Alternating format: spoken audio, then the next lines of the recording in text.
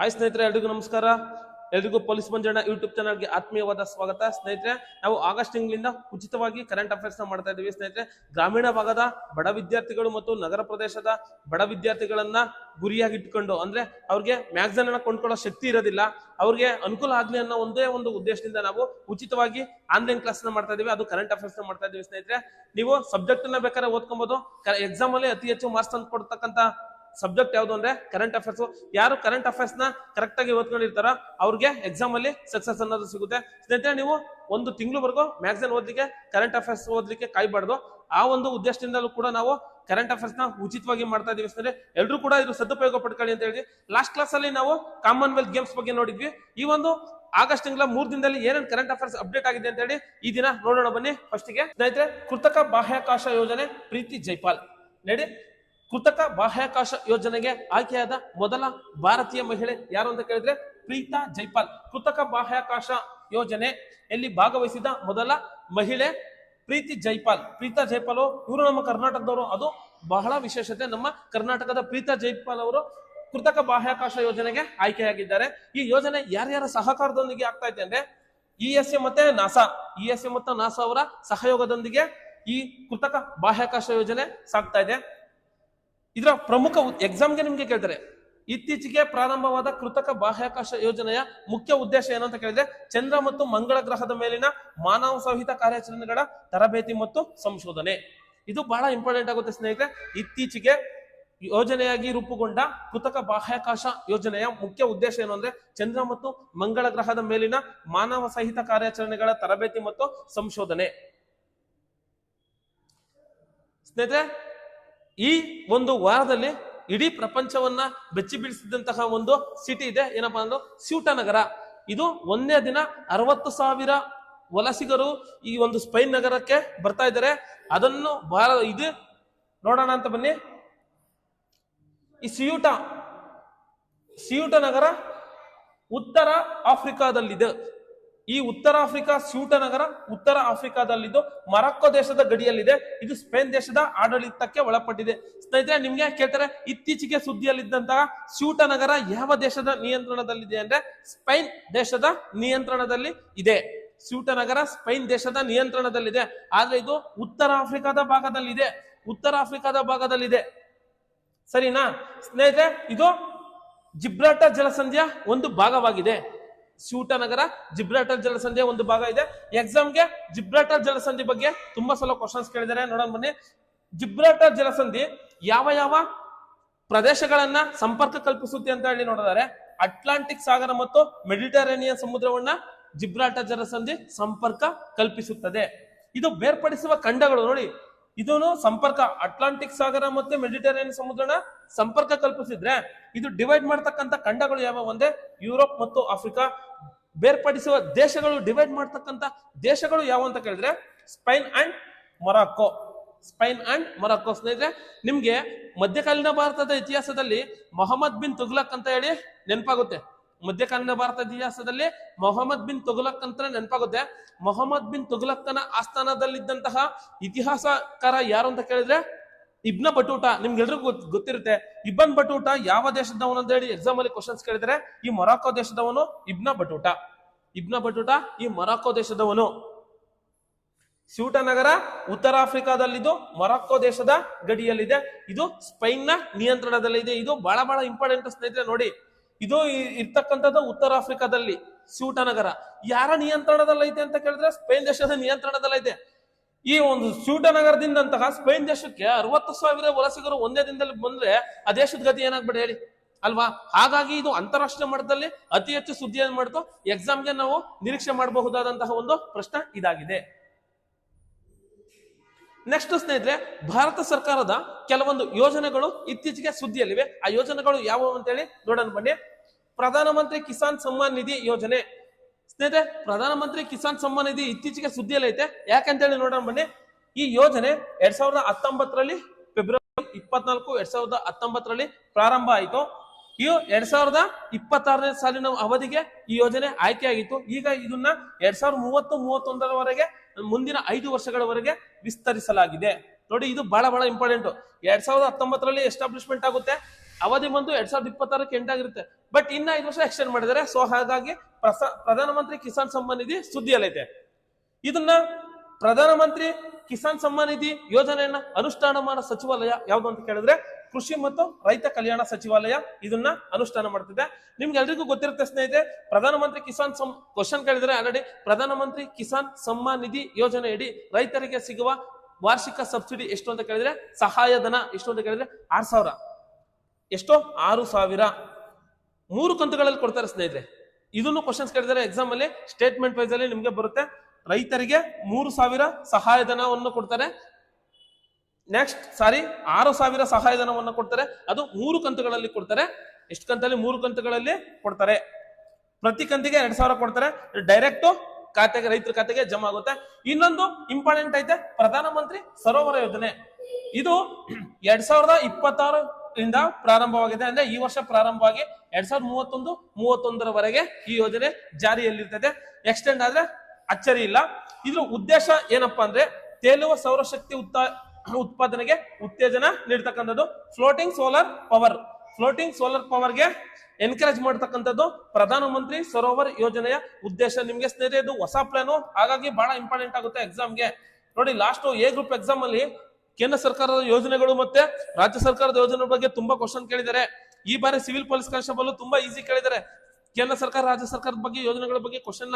But ಹಿಂದಿನ ಎಲ್ಲಾ ಎಕ್ಸಾಮ್ಗಳಲ್ಲೂ ಕೂಡ ಕೇಂದ್ರ ಸರ್ಕಾರದ ಯೋಜನೆಗಳು, ರಾಜ್ಯ ಸರ್ಕಾರದ ಯೋಜನೆಗಳು ತುಂಬಾ ಕೇಳಿದ್ದಾರೆ. ಏನೋ ಕ್ವಶನ್ ಪೇಪರ್ ಚೇಂಜ್ ಆಗಿದೆ ಅಂತ ಹೇಳ್ಬಿಟ್ಟು ಇದನ್ನ ಪ್ಲಾನ್ ಅಂಡ್ ಸ್ಕೀಮ್ಸ್ ನ ಓದೋದನ್ನ ಮರೆಯಬೇಡಿ, ಇದು ಇಂಪಾರ್ಟೆಂಟ್. ನೆಕ್ಸ್ಟ್, ದೇಶದಲ್ಲಿ 5,000 ಮೆಗಾವ್ಯಾಟ್ ತೇಲುವ ಸೌರ ಸಾಮರ್ಥ್ಯವನ್ನು ಅಭಿವೃದ್ಧಿಪಡಿಸುವ ಬೃಹತ್ ಯೋಜನೆ. ಇದ್ರ ಉದ್ದೇಶ 5,000 ಮೆಗಾವ್ಯಾಟ್ ತೇಲುವ ಸೌರ ಸಾಮರ್ಥ್ಯವನ್ನ ಅಭಿವೃದ್ಧಿಪಡಿಸುವ ಯೋಜನೆ ಯಾವುದು ಅಂದ್ರೆ ಪ್ರಧಾನಮಂತ್ರಿ ಸರೋವರ ಯೋಜನೆ. ಸ್ನೇಹಿತರೆ, ನಿಮ್ಗೆ ಗೊತ್ತಿರ್ತಕ್ಕಂಥದ್ದು, ಯಾರ್ಯಾರು ಕಾಂಪಿಟೇಟಿವ್ ಎಕ್ಸಾಮ್ಗೆ ಓದ್ತಾ ಇರ್ತಾರೆ, ಹಳ್ಳಿಲಿ ಕಟ್ಟೆ ಮೇಲೆ ಮಾತಾಡ್ತಾ ಇರ್ತಾರೆ, ನಗರ ಪ್ರದೇಶದಲ್ಲಿ ಟೀ ಅಂಗಡಿ ಕುತ್ಕೊಂಡು ಕುಡಿಬೇಕಾದ್ರೆ ಮಾತಾಡ್ತಾರೆ. ಏನಪ್ಪಾ ಅಂದ್ರೆ ಅದೇ ಒಂದೇ ವಿಚಾರ, ಏನಂದ್ರೆ ಕಾವೇರಿ ಜಲ ವಿವಾದ. ತಮಿಳುನಾಡು ವಿಚಾರ ಏನೇ ಇರ್ಲಿ, ನಮ್ಮ ರಾಜ್ಯದ ವಿಚಾರ ಏನೇ ಇರ್ಲಿ, ಆದರೆ ನಮ್ಗೆ ಪರೀಕ್ಷಾ ದೃಷ್ಟಿಯಿಂದ ಏನೇ ಯೂಸ್ ಆಗುತ್ತೆ ಅಂತ ಹೇಳಿ ನೋಡೋಣ ಬನ್ನಿ. ಕಾವೇರಿ ಜಲ ವಿವಾದ ಏನು 2026ರಲ್ಲೇ ಉಟ್ಕೊಂಡಿಲ್ಲ. ಕಾವೇರಿ ಜಲ ವಿವಾದ ಬಿಫೋರ್ ಇಂಡಿಪೆಂಡೆನ್ಸ್ ಪ್ರಾರಂಭವಾಗಿ ಈಗಲೂ ಕೂಡ ಕಂಟಿನ್ಯೂ ಆಗ್ತಾ ಇದೆ. ಅದು ಯಾವಾಗ ಒಪ್ಪಂದ ಆಯ್ತು ಮತ್ತೆ ಏನೇನೋ ಇನ್ಸಿಡೆಂಟ್ ಆದ್ವು ಅಂತ ಹೇಳಿ ನೋಡೋಣ ಬನ್ನಿ ಸ್ನೇಹಿತರೆ. ಕಾವೇರಿ ವಿವಾದದ ಇತಿಹಾಸ ಏನಪ್ಪಾ ಅಂದ್ರೆ 1897ರಲ್ಲಿ ಮದ್ರಾಸ್ ರೆಸಿಡೆನ್ಸಿ ಮತ್ತು ಮೈಸೂರು ಸಂಸ್ಥಾನದ ನಡುವೆ ಮೊದಲ ಬಾರಿಗೆ ಒಂದು 50 ವರ್ಷಗಳ ಅವಧಿವರೆಗೆ ಒಪ್ಪಂದ ಆಗಿರ್ತದೆ. ತದನಂತರ 1924 ಕೂಡ ಒಂದು ಒಪ್ಪಂದ ಆಗ್ತದೆ. 1924 ಕೂಡ ಒಂದು ಒಪ್ಪಂದ ಆಗ್ತದೆ. ಕಾವೇರಿ ಜಲ ವಿವಾದಕ್ಕೆ ಸಂಬಂಧಪಟ್ಟಂತೆ ಮದ್ರಾಸ್ ಪ್ರಾಂತ್ಯ ಮತ್ತು ಮೈಸೂರು ಸಂಸ್ಥಾನಗಳ ಮಧ್ಯೆ ಒಪ್ಪಂದ ಆಗಿರ್ತದೆ. ಸ್ನೇಹಿತರೆ, 1924 ನಮ್ಮ ಕರ್ನಾಟಕದಲ್ಲಿ ಒಂದು ಐತಿಹಾಸಿಕ ಘಟನೆ ಇದೆ. ಅದೇನು ಅಂತ ಕಮೆಂಟ್ ಬಾಕ್ಸ್ ಅಲ್ಲಿ ಆನ್ಸರ್ ಮಾಡಿ. ಬಹಳ ಇಂಪಾರ್ಟೆಂಟ್, ತುಂಬಾ ಸಲ ಕ್ವಶನ್ಸ್ ಕೇಳಿದ್ದಾರೆ ಅದ್ರ ಬಗ್ಗೆ, ಬಹಳ ಇಂಪಾರ್ಟೆಂಟ್. 1924 ಒಂದು ಐತಿಹಾಸಿಕ ಘಟನೆ ಇದೆ. ಕಮೆಂಟ್ ಬಾಕ್ಸ್ ಅಲ್ಲಿ ನೀವು ಆನ್ಸರ್ ಮಾಡ್ತೀರಾ ಅಂತ ಅನ್ಕೊಂಡಿದ್ದೀನಿ. ನೆಕ್ಸ್ಟ್ 1990ರಲ್ಲಿ ಕಾವೇರಿ ಜಲ ವಿವಾದ ನ್ಯಾಯ ಮಂಡಳಿ ಇದೆ ಸ್ನೇಹಿತರೆ 1990. ಸ್ನೇಹಿತರೆ, ಹಾಗಾದರೆ ಕಾವೇರಿ ಜಲ ವಿವಾದ ನ್ಯಾಯ ಮಂಡಳಿ ಇದೆ ಅಲ್ವಾ, ಇಲ್ಲಿ 1990 ಸ್ಥಾಪನೆ ಆಗ್ತದೆ. ನಾನು ನಿಮ್ಗೆ ಪ್ರಶ್ನೆ ಕೇಳ್ತಾ ಇದ್ದೀನಿ, ಕಾವೇರಿ ನೀರು ನಿರ್ವಹಣಾ ಪ್ರಾಧಿಕಾರ ಯಾವ ವರ್ಷ ಪ್ರಾರಂಭ ಆಯ್ತು? ಅದರ ಅಧ್ಯಕ್ಷರು ಯಾರು? ಈಗಿನ ಪ್ರಸ್ತುತ ಅಧ್ಯಕ್ಷರು ಯಾರು? ಅದನ್ನ ಕಮೆಂಟ್ ಬಾಕ್ಸ್ ಅಲ್ಲಿ ತಾವು ದಯಮಾಡಿ ಆನ್ಸರ್ ಮಾಡಿ. ಇನ್ನೊಂದ್ಸರಿ ಕೇಳ್ತೀನಿ ನೋಡಿ ಸ್ನೇಹಿತರೆ, ಕಾವೇರಿ ಜಲ ವಿವಾದ ನ್ಯಾಯ ಮಂಡಳಿ 1990 ಎಸ್ಟಾಬ್ಲಿಷ್ಮೆಂಟ್ ಆಗಿದೆ. ನಾನು ಕೇಳ್ತಾ ಇರ್ತಕ್ಕಂಥದ್ದು, ಕಾವೇರಿ ನೀರು ನಿರ್ವಹಣಾ ಪ್ರಾಧಿಕಾರ ಒಂದು ಎಸ್ಟಾಬ್ಲಿಷ್ಮೆಂಟ್ ಆಗಿದೆ ಕಾವೇರಿ ಜಲ ವಿವಾದವನ್ನು ಬಗೆಹರಿಸಲಿಕ್ಕೆ. ಅದರ ಪ್ರಸ್ತುತ ಅಧ್ಯಕ್ಷರು ಯಾರು? ಅದು ಯಾವಾಗ ಎಸ್ಟಾಬ್ಲಿಷ್ಮೆಂಟ್ ಆಯ್ತು? ದಯಮಾಡಿ ಆನ್ಸರ್ ಮಾಡಿ. ನೆಕ್ಸ್ಟ್ 2007 ಮತ್ತು 2013ರಲ್ಲಿ ನ್ಯಾಯಮಂಡಳಿ ಅಂತಿಮ ತೀರ್ಪು ಬರ್ತದೆ. 2007ರಲ್ಲಿ ನ್ಯಾಯಮಂಡಳಿ, ಕಾವೇರಿ ಜಲ ವಿವಾದದ ನ್ಯಾಯಮಂಡಳಿ, ನಿಮ್ಗೆ ಕಾವೇರಿ ಜಲ ವಿವಾದದ ನ್ಯಾಯಮಂಡಳಿ ಅಂತಿಮ ತೀರ್ಪನ್ನು ನೀಡುತ್ತದೆ. ಭಾರತದ ಸಂವಿಧಾನದ ಯಾವ ವಿಧಿಯಡಿ ಈ ಒಂದು ನ್ಯಾಯಮಂಡಳಿ ಸ್ಥಾಪನೆ ಆಗಿದೆ? ನೀವು ಕಮೆಂಟ್ ಬಾಕ್ಸ್ ಅಲ್ಲಿ ಆನ್ಸರ್ ಮಾಡಬೇಕು. ಇದು ಬಹಳ ಇಂಪಾರ್ಟೆಂಟ್ ಆಗುತ್ತೆ. ನೆಕ್ಸ್ಟ್ 2018ರಲ್ಲಿ ಸುಪ್ರೀಂ ಕೋರ್ಟ್ ಒಂದು ಅಂತಿಮ ತೀರ್ಪು ಕಾವೇರಿ ಜಲ ವಿವಾದಕ್ಕೆ ಸಂಬಂಧಪಟ್ಟಂತೆ ಒಂದು ಅಂತಿಮ ತೀರ್ಪನ್ನ ಪ್ರಕಟ ಮಾಡಿದೆ. ಅದ್ರ ಅನ್ವಯ ಇದು ಎಕ್ಸಾಮ್ ಅಲ್ಲಿ KS ಪ್ರಿಲಿಮ್ಸ್ ಅಲ್ಲಿ ಕ್ವಶನ್ ಆಗಿದೆ. 2018ರ ಸುಪ್ರೀಂ ಕೋರ್ಟ್ ತೀರ್ಪಿನ ಅನ್ವಯ ಕರ್ನಾಟಕಕ್ಕೆ ದೊರೆತ ನೀರಿನ ಪ್ರಮಾಣ ಎಷ್ಟು ಅಂತ. ಕರ್ನಾಟಕಕ್ಕೆ ದೊರೆತ ನೀರಿನ ಪ್ರಮಾಣ 284.75 TMC. ಇದು ಬಹಳ ಬಹಳ ಇಂಪಾರ್ಟೆಂಟ್. ಹಾಗೆಯೇ ತಮಿಳುನಾಡಿಗೆ ಎಷ್ಟು ದೊರೆಯಿತು ಅಂತ ಕೇಳಿದ್ರೆ 404.25 TMC, ಕೇರಳಕ್ಕೆ 30 TMC, ಪುದುಚೇರಿಗೆ 21 TMC. ಸ್ನೇಹಿತರೆ, ಈ ಕಾವೇರಿ ನದಿ ಎಲ್ಲಿ ಹುಟ್ಟುತ್ತೆ ಅಂತ ಹೇಳಿ ನಿಮ್ಗೆಲ್ರಿಗೂ ಗೊತ್ತಿರ್ತದೆ. ಕಾವೇರಿ ನದಿ ಹುಟ್ಟೋದೆಲ್ಲಪ್ಪ ಅಂದ್ರೆ ತಲಕಾವೇರಿಯ, ಕೊಡಗು ಜಿಲ್ಲೆಯ ತಲಕಾವೇರಿಯಲ್ಲಿ ಉಗಮವಾಗುತ್ತದೆ. ಇದು ಒಟ್ಟು ಎಷ್ಟು ಉದ್ದ ಹರಿತದೆ ಅಂದ್ರೆ 805 ಕಿಲೋಮೀಟರ್ ಉದ್ದವನ್ನು ಹರಿತದೆ. ಇದು ಯಾವ ಯಾವ ರಾಜ್ಯಗಳಲ್ಲಿ ಹರಿತದೆ ಅಂತ ಆಲ್ರೆಡಿ ಕ್ವಶನ್ಸ್ ಕೇಳಿದ್ದಾರೆ. ಕರ್ನಾಟಕ, ತಮಿಳುನಾಡು, ಕೇರಳ, ಪಾಂಡಿಚೇರಿ ಇಷ್ಟು ರಾಜ್ಯಗಳಲ್ಲಿ ಹರಿತದೆ. ಇದು ಪ್ರಮುಖ ಉಪನದಿಗಳು ಯಾವ್ಯಾವಪ್ಪ ಅಂದ್ರೆ ಕಬಿನಿ, ಹೇಮಾವತಿ, ಹಾರಂಗಿ, ಲಕ್ಷ್ಮಣ ತೀರ್ಥ, ಶಿಂಷಾ, ಅರ್ಕಾವತಿ, ಭವಾನಿ, ಅಮರಾವತಿ, ನೋಯಲ್. ಸ್ನೇಹಿತರೆ, ಈ ಕಾವೇರಿ ನದಿಗೆ ಕಟ್ಟಿರ್ತಕ್ಕಂಥ ಅಣೆಕಟ್ಟುಗಳು ನಮ್ಮ ಕರ್ನಾಟಕದಲ್ಲಿ ಯಾವ್ಯಾವ ಅಂದ್ರೆ KRS, ಕಬಿನಿ, ಹಾರಂಗಿ, ಹೇಮಾವತಿ. ಹಾಗೆ ತಮಿಳುನಾಡಿನಲ್ಲಿ ಒಂದು ಮೆಟ್ಟೂರು ಡ್ಯಾಮ್ ಅನ್ನೋದನ್ನ ಕಟ್ಟಿದ್ದಾರೆ. ಸ್ನೇಹಿತರೆ, ಸಮುದ್ರ ಮಂಥನ ಯೋಜನೆ. ಸಮುದ್ರ ಮಂಥನ ಯೋಜನೆ ಏನಿದು? ಸಮುದ್ರ ಮಂಥನ ಯೋಜನೆ ಅಂತ ಹೇಳಿ ನೋಡೋದಾದ್ರೆ ಸ್ನೇಹಿತರೆ, ರಾಷ್ಟ್ರೀಯ ಆಫ್ಶೋರ್ ಅನ್ವೇಷಣಾ ಯೋಜನೆ ಯಾವ ಸಚಿವಾಲಯ ಪ್ರಾರಂಭ ಮಾಡಿದೆ ಅಂತ ಕೇಳಿದ್ರೆ ಪೆಟ್ರೋಲಿಯಂ ಮತ್ತು ನೈಸರ್ಗಿಕ ಅನಿಲ ಸಚಿವಾಲಯ ಸಮುದ್ರ ಮಂಥನ ಯೋಜನೆಯನ್ನ ಪ್ರಾರಂಭ ಮಾಡಲಾಗಿದೆ. ಇದ್ರ ಉದ್ದೇಶ ಕೇಳಿದ್ರೆ ಎಕ್ಸಾಮ್ ಅಲ್ಲಿ ನಿಮ್ಗೆ, ಇತ್ತೀಚೆಗೆ ಪ್ರಾರಂಭವಾದ ಸಮುದ್ರ ಮಂಥನ ಯೋಜನೆಯ ಉದ್ದೇಶ ಏನು ಅಂದ್ರೆ ಆಳ ಸಮುದ್ರದಲ್ಲಿ ತೈಲ ಅನಿಲ ನಿಕ್ಷೇಪಗಳ ಸಂಶೋಧನೆ ಹಾಗೂ ಭಾರತವನ್ನು ಇಂಧನ ಸ್ವಾವಲಂಬನೆಯನ್ನಾಗಿ ಮಾಡ್ತಕ್ಕಂಥದ್ದು. ಇದು ಮೋಸ್ಟ್ ಇಂಪಾರ್ಟೆಂಟ್ ಸ್ನೇಹಿತರೆ. ಸಮುದ್ರ ಮಂಥನ ಯೋಜನೆಯ ಅನುಷ್ಠಾನ ಮಾಡೋ ಸಚಿವಾಲಯ ಯಾವುದು ಅಂದ್ರೆ ಪೆಟ್ರೋಲಿಯಂ ಮತ್ತು ನೈಸರ್ಗಿಕ ಅನಿಲ ಸಚಿವಾಲಯ ಅದನ್ನ ಇಂಪ್ಲಿಮೆಂಟ್ ಮಾಡುತ್ತೆ. ಇದ್ರ ಉದ್ದೇಶ ಏನು ಅಂದ್ರೆ ಸಮುದ್ರದಲ್ಲಿ ತೈಲ ಅನಿಲಗಳ ನಿಕ್ಷೇಪಗಳ ಸಂಶೋಧನೆ ಮತ್ತು ಭಾರತವನ್ನ ಇಂಧನ ಸ್ವಾವಲಂಬನೆಯನ್ನಾಗಿ ಮಾಡ್ತಕ್ಕಂಥದ್ದು ಇದರ ಪ್ರಮುಖ ಉದ್ದೇಶಗಳೆಲ್ಲ. ನೆಕ್ಸ್ಟ್ ನಕ್ಷಾ ಕಾರ್ಯಕ್ರಮ. ಇದನ್ನ ನಕ್ಷಾ ಕಾರ್ಯಕ್ರಮವನ್ನ ಪ್ರಾರಂಭ ಮಾಡಿದ್ದು ಯಾರು ಅಂತ ಕೇಳಿದ್ರೆ ಭೂ ಸಂಪನ್ಮೂಲ ಇಲಾಖೆ. ಭೂ ಸಂಪನ್ಮೂಲ ಇಲಾಖೆ ನಕ್ಷಾ ಕಾರ್ಯಕ್ರಮವನ್ನ ಪ್ರಾರಂಭ ಮಾಡಿದ್ರೆ ಇದು ಪೂರ್ಣ ಹೆಸರು national geospatial knowledge based land survey of urban habitations. ಅಂದ್ರೆ ಉದ್ದೇಶ ಡ್ರೋನ್ ಮತ್ತು ತಂತ್ರಜ್ಞಾನದ ಮೂಲಕ ನಗರ ಪ್ರದೇಶಗಳ ಆಸ್ತಿ ಹಾಗೂ ಭೂ ದಾಖಲೆಗಳ ಡಿಜಿಟಲೀಕರಣ. ಎಕ್ಸಾಮ್ ಅಲ್ಲಿ ನಿಮ್ಗೆ ಇದು ಮೋಸ್ಟ್ ಇಂಪಾರ್ಟೆಂಟ್ ಆಗುತ್ತೆ. ಗ್ರಾಮೀಣ ಭಾಗ ಅಂತ ಇರುತ್ತೆ, ಗ್ರಾಮೀಣ ಭಾಗಕ್ಕೆ ಇದು ಅಪ್ಲೈ ಆಗೋದಿಲ್ಲ. ನಗರ ಪ್ರದೇಶಗಳಲ್ಲಿ ತಂತ್ರಜ್ಞಾನಗಳ ಮೂಲಕ ಆಸ್ತಿ ಹಾಗೂ ಭೂ ದಾಖಲೆಗಳ ಡಿಜಿಟಲೀಕರಣ ಮಾಡ್ತಕ್ಕಂಥದ್ದು ನಕ್ಷಾ ಕಾರ್ಯಕ್ರಮ. ನೆಕ್ಸ್ಟ್ ಸ್ನೇಹಿತರೆ, ಇದ್ರ ಬಗ್ಗೆ ನಾವು ಅಲ್ಲೇ ಮಾತಾಡಿದ್ವಿ ಕಾಮನ್ವೆಲ್ತ್ ಗೇಮ್ಸ್ ಮಾಡ್ಬೇಕಾರೆ, ಅದು ಕೂಡ ಇನ್ನೊಂದ್ಸರಿ ಮಾತಾಡ್ತೀನಿ ನೋಡಿ. ಕಾಮನ್ವೆಲ್ತ್ ಗೇಮ್ಸ್ ನಲ್ಲಿ ಜೂಡೋದಲ್ಲಿ ಚಿನ್ನದ ಪದಕ ಗೆದ್ದ ಪ್ರಥಮ ಭಾರತೀಯ ಮಹಿಳೆ ಯಾರು ಅಂತ ಕೇಳಿದ್ರೆ ಅಸ್ಮಿತಾ ಡೇ. ನಾನು ಅಲ್ಲೇ ನಿಮ್ಗೆ ನೆನ್ನೆ ಹೇಳಿದ್ದೀನಿ. ಮತ್ತೆ ಇದು ಕಾಮನ್ವೆಲ್ತ್ ನಲ್ಲಿ ಜೂಡೋದಲ್ಲಿ ಬೆಳ್ಳಿ ಗೆದ್ದವ್ರು ಯಾರು ಅಂದ್ರೆ ಯಾಮಿನಿ ಮೌರ್ಯ. ವೇಟ್ ಲಿಫ್ಟಿಂಗ್ ಅಲ್ಲಿ ಬೆಳ್ಳಿ ಗೆದ್ದವ್ರು ಯಾರು ಅಂದ್ರೆ ಲವ್ಪ್ರೀತ್ ಸಿಂಗ್. ನೆಕ್ಸ್ಟ್ ನಿಮ್ಗೆ ಇಂಪಾರ್ಟೆಂಟ್ ಇನ್ನೊಂದು KH-101 ಕ್ಷಿಪಣಿಯನ್ನ ಅಭಿವೃದ್ಧಿಪಡಿಸತಕ್ಕಂತ ದೇಶ ಯಾವುದು ಅಂತ ಕೇಳಿದ್ರೆ ರಷ್ಯಾ ದೇಶವು KH-101 ಕ್ರೂಸ್ ಕ್ಷಿಪಣಿಯನ್ನ ಅಭಿವೃದ್ಧಿಪಡಿಸಿದೆ. ಸ್ನೇಹಿತರೆ ನೋಡಿ, ಇದು ಕಾಮನ್ವೆಲ್ತ್ ಆಯ್ತು, ಸರಿನಾ? ಕಾಮನ್ವೆಲ್ತ್ ಗೇಮ್ಸ್ ಆಯ್ತು. ಇಲ್ಲಿ ನೋಡಿ, ಇಲ್ಲಿ Commonwealth table tennis championship. Commonwealth table championship ಎಲ್ಲಿ ನಡೆದವು ಅಂದ್ರೆ ಭಾರತದ ನವದೆಹಲಿಯಲ್ಲಿ ನಡೆದವು. ಎಲ್ಲಿ ನಡೆದವು ಅಂದ್ರೆ ಭಾರತದ ನವದೆಹಲಿಯಲ್ಲಿ ನಡೆದವು. ಎಲ್ಲಿ? ಭಾರತದ ನವದೆಹಲಿಯಲ್ಲಿ ನಡೆದಿದೆ. ಪರಿಸರ ಕಾರ್ಯಕ್ಷಮತೆ ಸೂಚ್ಯಂಕದಲ್ಲಿ 2026ರಲ್ಲಿ ಭಾರತ ಎಷ್ಟನೇ ಸ್ಥಾನದಲ್ಲಿದೆ ಅಂದ್ರೆ 176ನೇ ಸ್ಥಾನದಲ್ಲಿದೆ. ಪರಿಸರ ಕಾರ್ಯಕ್ಷಮತೆ ಸೂಚ್ಯಂಕ 2026ರಲ್ಲಿ ಭಾರತ 176 ಪ್ಲೇಸ್. ಫಸ್ಟ್ ಪ್ಲೇಸ್ ಎಸ್ಟೋನಿಯಾ, ಕೊನೆ ಸ್ಥಾನ ಲಾವೋಸ್.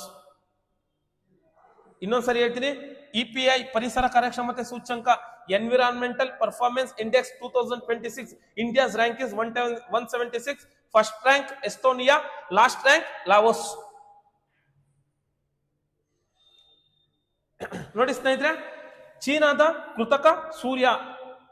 ಏನ್ ಚೀನಾದವರು ಸೂರ್ಯನ ಕೆಳಗಡೆ ತಗೊಂಡ್ಬರ್ತಾವ್ರ ಅಂತಲ್ಲ, ಚೀನಾ ಒಂದು ಕೃತಕ ಸೂರ್ಯನ ಅನ್ವೇಷಣೆ ಮಾಡ್ತಕ್ಕಂಥ ನಿಟ್ಟಿನಲ್ಲಿ ಒಂದು ಯೋಜನೆಯನ್ನ ರೂಪಿಸಿದೆ. ಆ ಯೋಜನೆ ಏನು ಎತ್ತ ಅಂತ ಹೇಳಿ ನೋಡ್ಕೊಂಡ್ಬರೋಣ ಬನ್ನಿ.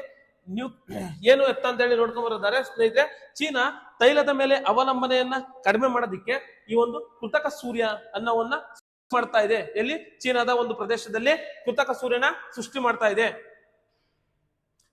ನಿಮ್ಗೆ ಎಕ್ಸಾಮ್ ಅಲ್ಲಿ ಸೂರ್ಯನ ಅಗಾಧವಾದ ಶಕ್ತಿಗೆ ಕಾರಣ ಏನು ಅಂತ ಕೇಳಿದ್ರೆ ಬೈಜಿಕ ಸಮ್ಮಿಳನ, ನ್ಯೂಕ್ಲಿಯರ್ ಫ್ಯೂಷನ್ ಅಂತ ಕರೀತಾರೆ. ನೋಡಿ,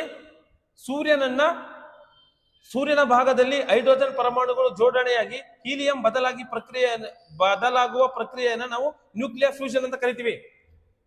ಸೂರ್ಯನ ಅಂದಾಜು ವಯಸ್ಸು ಎಷ್ಟು ಅಂತ ಕೇಳಿದ್ರೆ 4.6 ಬಿಲಿಯನ್ ವರ್ಷಗಳು. ಇದ್ರ ವ್ಯಾಸ 13.92 ಲಕ್ಷ ಕಿಲೋಮೀಟರ್. ಸ್ನೇಹಿತರೆ, ನಿಮ್ಗೆ ಎಕ್ಸಾಮ್ ಅಲ್ಲಿ ಕ್ವಶನ್ ಕೇಳ್ತಾರೆ, ಇತ್ತೀಚೆಗೆ ಕೃತಕ ಸೂರ್ಯನನ್ನ ನಿರ್ಮಿಸಿದ ದೇಶ ಯಾವುದು ಅಂತ ಕೇಳಿದ್ರೆ ಚೀನಾ. ಭೂಮಿಯಿಂದ ಸೂರ್ಯನಿಗೆ ಇರ್ತಕ್ಕಂಥ ಅಂತರ ಎಷ್ಟು ಅಂತ ಕೇಳಿದ್ರೆ 149.6 ಮಿಲಿಯನ್ ಕಿಲೋಮೀಟರ್. ಒಂದು ಆಸ್ಟ್ರಾನಾಮಿಕಲ್ ಯೂನಿಟ್. ಸೂರ್ಯನ ಅಧ್ಯಯನ ಮಾಡೋದಕ್ಕೆ ಭಾರತ ಯಾವ್ದಾದ್ರು ಯೋಜನೆಯನ್ನ ಕೈಗೊಂಡಿದೆಯಾ ಹಾಗಾದ್ರೆ ಅಂದ್ರೆ ಹೌದು. ಭಾರತ 2023ರಲ್ಲಿ ಆದಿತ್ಯ L1 ಅನ್ನೋ ಒಂದು ಉಪಗ್ರಹವನ್ನ ಉಡಾವಣೆಯನ್ನ ಮಾಡಿದೆ. ಏನಕ್ಕೆ? ಸೂರ್ಯನ ಅಧ್ಯಯನ ಮಾಡ್ಲಿಕ್ಕೆ. ನೆಕ್ಸ್ಟ್ ಸ್ನೇಹಿತರೆ, ನಿಮ್ಗೆ ಎಕ್ಸಾಮ್ ಅಲ್ಲಿ ಆಲ್ರೆಡಿ ಕೇಳಿರ್ತಕ್ಕಂಥ ಪ್ರಶ್ನೆಗಳು, ಮುಂಬರ್ತಕ್ಕಂಥ ಪರೀಕ್ಷೆಗೆ ಸೂರ್ಯನ ಬಗ್ಗೆ ಏನೇನು ಪ್ರಶ್ನೆ ಕೇಳ್ತಾರೆ ಅಂದ್ರೆ, ಸೂರ್ಯ ಮತ್ತು ಖಗೋಳ ಶಕ್ತಿ ಹೇಗೆ ಉತ್ಪತ್ತಿ ಆಗುತ್ತದೆ ಅಂತ ಕೇಳಿದ್ರೆ ನ್ಯೂಕ್ಲಿಯರ್ ಫ್ಯೂಷನ್.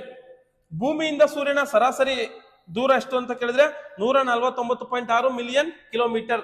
ಸೂರ್ಯನ ಗೋಚರಿಸುವ ಮೇಲ್ಮೈ ಹಾಗೂ ಹೊರಗಿನ ವಾತಾವರಣ ಯಾವುದು ಅಂತ ಕೇಳಿದ್ರೆ ನೋಡಿ ಸ್ನೇಹಿತರೆ, ಸೂರ್ಯನ ಗೋಚರಿಸುವ ಮೇಲ್ಮೈ ಯಾವುದು ಅಂದ್ರೆ ಫೋಟೋಸ್ಪಿಯರ್. ಸೂರ್ಯನ ಅತ್ಯಂತ ಹೊರಭಾಗ ಯಾವುದು ಅಂತ ಕೇಳಿದ್ರೆ ಕೊರೋನಾ. ಇನ್ನೊಂದ್ಸರಿ ಹೇಳ್ತೀನಿ, ಸೂರ್ಯನ ಗೋಚರಿಸುವ ಮೇಲ್ಮೈ ಫೋಟೋಸ್ಪಿಯರ್, ದ್ಯುತಿಗೋಳ.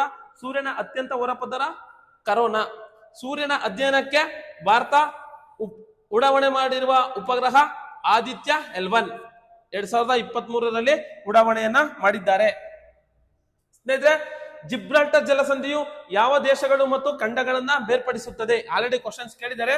ಯಾವ ದೇಶಗಳು ಮತ್ತು ಖಂಡಗಳನ್ನ ಬೇರ್ಪಡಿಸುತ್ತದೆ ಅಂದ್ರೆ, ಬೇರ್ಪಡಿಸುವ ಖಂಡಗಳು ಯುರೋಪ್ ಮತ್ತು ಆಫ್ರಿಕಾ, ಬೇರ್ಪಡಿಸುವ ದೇಶಗಳು ಸ್ಪೇನ್ ಮತ್ತೆ ಮೊರಾಕೊ. ಮೆಟ್ಟೂರು ಅಣೆಕಟ್ಟು ಯಾವ ರಾಜ್ಯದಲ್ಲಿ ಇದೆ ಅಂತ ಕೇಳಿದ್ರೆ ತಮಿಳುನಾಡು. ಕಾವೇರಿ ಜಲ ವಿವಾದದ ನ್ಯಾಯಮಂಡಳಿ ಯಾವಾಗ ಸ್ಥಾಪನೆ ಆಯಿತು ಅಂತ ಕೇಳಿದ್ರೆ 1990ರಲ್ಲಿ ಸ್ಥಾಪನೆ ಆಗಿದ್ದು.